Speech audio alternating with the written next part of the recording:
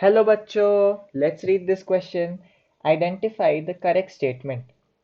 A. The cellular pool provides all the necessary materials for the structure and function of cell.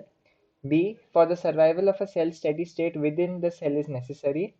C. Both A and B या D none of the above. इस question को solve करने का जो की concept है वो है आपके सेलुलर कॉम्पोजिशन या जिसे हम सेलुलर पूल कहते हैं उसको समझना, प्लस हम जो लिविंग स्टेट डिफाइन करते हैं उसको समझना। तो पहले चलिए ए स्टेटमेंट को देखते हैं। जो सेलुलर पूल होता है, आपको पता है कि सेलुलर पूल में हमारे पास दो हिस्से होते हैं। एक तो होता है साइटोप्लाज्मिक कॉम्पोजिशन, दूसरा होता है आपका ऑर्गेनेलर कॉम्पोजिशन। तो ये जो साइटोप्लाज्मिक कॉम्पोजिशन है इसमें ज़्यादातर माइक्रोमोलिक्यूल्स पाए जाते हैं, और ये जो ऑर्गेनेलर कॉम्पोजिशन है उसमें ज़्यादातर मैक्रोमोलिक्यूल्स पाए जाते हैं।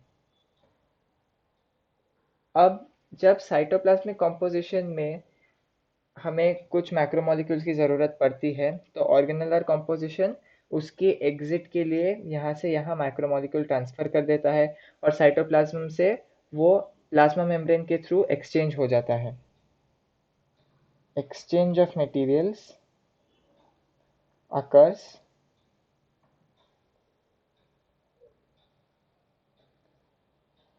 and ultimately through plasma membrane. Ultimately जो एक्सचेंज होता है सेल के अंदर और सेल के बाहर वो प्लाज्मा मेम्ब्रेन के थ्रू होता है। यदि ऑर्गेनेल्स को कुछ मैक्रोमोलिक्यूल चाहिए बाहर से तो वो सबसे पहले, यदि ये एक सेल है, यहाँ पर हमारे पास कुछ ऐसे ऑर्गेनेल्स मौजूद है, यदि कुछ मैक्रोमोलिक्यूल्स चाहिए तो पहले क्या होगा, वो प्लाज्मा मेम्ब्रेन के थ्रू अंदर आएगा, साइटोप्लाज्म में आ जाएगा मैक्रोमोलिक्यूल और फिर वो ऑर्गेनेल के अंदर जाएगा। तो इन दोनों के बीच में कंटिन्यूस इंटरेक्शन मौजूद है और ये जो साइटोप्लाज्मिक कॉम्पोजिशन है और जो ऑर्गेनेलर कॉम्पोजिशन है वो मिलकर सेल को चलाते हैं और ये दोनों मिलकर क्या बनाते हैं, सेलुलर पूल। इसीलिए जो पहला स्टेटमेंट है वो कहता है cellular pool provides all the necessary materials for the structure and functions of cell. तो ये बिल्कुल सही स्टेटमेंट हुआ क्योंकि सेलुलर पूल में साइटोप्लाज्मिक और ऑर्गेनेलर पार्ट्स जो है वो एक दूसरे के साथ इंटरैक्ट करके पूरे सेल के स्ट्रक्चर और फंक्शंस को चलाते हैं। तो ये बिल्कुल सही स्टेटमेंट है। जो दूसरा स्टेटमेंट है for the survival of a cell steady state within the cell is necessary. तो आपके एनसीईआरटी में जो लिविंग स्टेट का डेफिनेशन दिया गया है तो वो है steady state, non equilibrium state,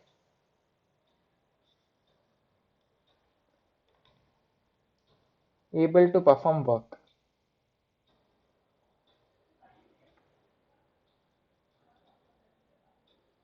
not able to perform sorry able to perform work but non equilibrium, ये तीन कैरेक्टरिस्टिक दिए गए हैं आपके लिविंग स्टेट के। स्टेडी स्टेट का मतलब क्या है, स्टेडी स्टेट का मतलब है कि जो इसके कॉन्सेंट्रेशन है किसी मटेरियल के सेल के अंदर वो कांस्टेंट है, लेकिन कांस्टेंट होने का ये मतलब नहीं है कि एग्जिट और एंट्री नहीं हो रहा, एग्जिट और एंट्री हो रहा है लेकिन इक्वल रेट्स में हो रहा है। अब नेक्स्ट ही स्टेटमेंट कहता है नॉन इक्विलिब्रियम। अभी आप सोच रहे होंगे कि ये दोनों तो ऑपोजिट स्टेटमेंट्स हुए, लेकिन ऐसा नहीं है। नॉन इक्विलिब्रियम कहा गया है क्योंकि हर एक कंपोनेंट का सेल के अंदर कॉन्सेंट्रेशन सेम नहीं होगा और एक कंटिन्यूस बैलेंस और डिसबैलेंस के बीच में चलता रहता है।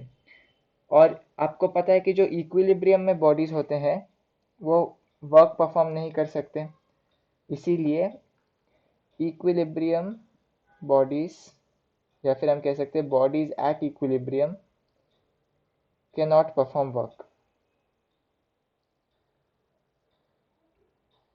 इसीलिए कैसा चलता है ये, एक यदि यहाँ पर एक सेल है जिसमें स्टेडी स्टेट अटेन हो चुका है तो कंटिन्यूस इनपुट ऑफ एनर्जी होता है, सेल के फंक्शंस के थ्रू कंटिन्यूसली एनर्जी डाला जाता है ताकि इक्विलिब्रियम अटेन ना हो सके। कंटिन्यूस इनपुट ऑफ एनर्जी हो सकता है ताकि इक्विलिब्रियम इज नॉट अटेन्ड। जब तक कि एनर्जी स्टैग्नेट नहीं हो जाता तब तक तो इक्विलिब्रियम अटेन नहीं हो सकता। और हमें क्या करना है, हमें इक्विलिब्रियम नहीं होने देना है, क्योंकि यदि सेल इक्विलिब्रियम में चला गया तो फिर उसके बाद वो काम नहीं कर सकता। इसीलिए ये जो स्टेडी स्टेट है वो पहले आपको रॉ मटेरियल्स दिलाएगा और उसके बाद जो सेल के प्रोसेसेस होते हैं वहाँ से एनर्जी जनरेट होगी और ये एनर्जी ही सेल को सस्टेन करता है और इक्विलिब्रियम में गिरने से बचाता है। और इसी तरह आपका जो सेल है वो कंटिन्यूसली वर्क करते रहता है। तो इसीलिए आप अभी इस स्टेटमेंट को समझिए, for the survival of a cell steady state within the cell is necessary. ये बिल्कुल सही है, क्योंकि यदि ये सेल इक्विलिब्रियम में चला गया, वो वर्क नहीं कर पाया, तो वो यूजलेस सेल हो गया। उसके बाद क्या होगा, लाइसोसोम फटेंगे, सेल मर जाएगा। इसीलिए कहा गया कि सर्वाइवल ऑफ अ सेल के लिए स्टेडी स्टेट नेसेसरी है, ताकि स्टेडी स्टेट के कारण एनर्जी बन सके और एनर्जी से इक्विलिब्रियम अटेन ना हो। तो जो सी स्टेटमेंट है बोथ ए एंड बी ये सही है, नन ऑफ द अबव नहीं। So the correct option to this question is option C, both A and B. Hope you have understood it well. All the best.